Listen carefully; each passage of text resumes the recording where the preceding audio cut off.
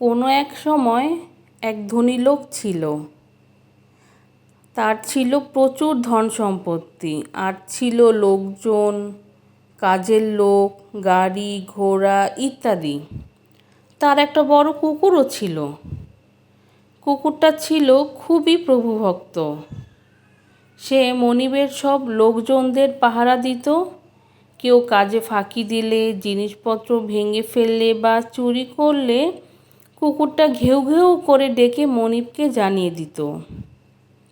আর কুকুরটার প্রধান কাজ ছিল খুব ভোরে মোরগ যখন ডেকে উঠত, সঙ্গে সঙ্গে সবাইকে জাগিয়ে দিত। ফলে লোকজন আর বেশিক্ষণ ঘুমিয়ে থাকতে পারত না। উঠে পড়তে হতো সকাল না হতেই। উঠেই মনিবের কাজে লেগে যেতে হতো। শীত নেই, বর্ষা নেই, সকাল সকাল ঘুম থেকে উঠতে হতো। যার কারণে লোকজনরা খুবই বিরক্ত হয়েছিল। তারা মনে মনে একটা ফন্দি আঁটল, কীভাবে কুকুরটাকে জব্দ করা যায়। অনেক ভেবেচিন্তে শেষে তারা কুকুরটির খাবারে একদিন বিষ মিশিয়ে মেরে ফেলল।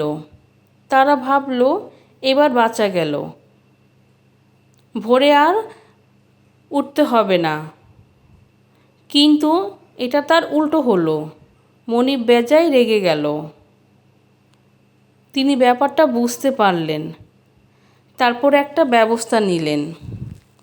ভোর হওয়ার আগেই তিনি তাদের লোকজনদেরকে উঠিয়ে কাজে লাগিয়ে দিতেন।